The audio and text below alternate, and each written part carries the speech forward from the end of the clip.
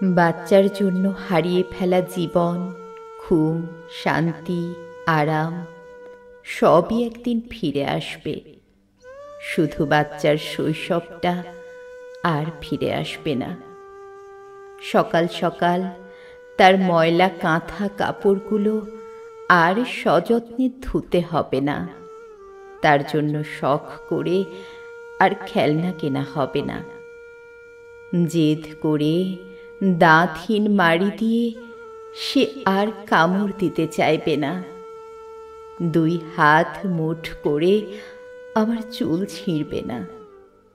তার জন্য আলাদা খাবারের পেরেশানিটা আর থাকবে না। ছড়িয়ে ছিটিয়ে থাকা খেলনাগুলো গোছানোর কাজ আর পাবো না।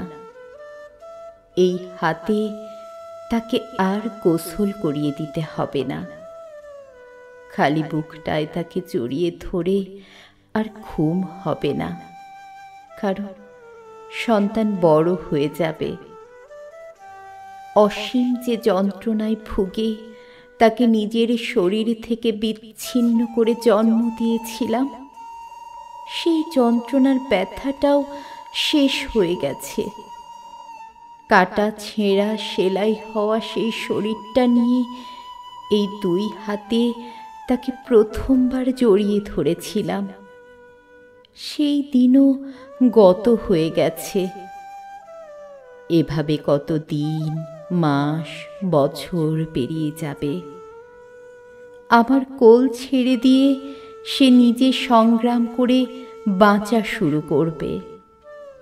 এই মায়ের সঙ্গে অনেক কথা তার বলা হবে না। সে তার নিজের সঙ্গে ব্যস্ত হয়ে যাবে।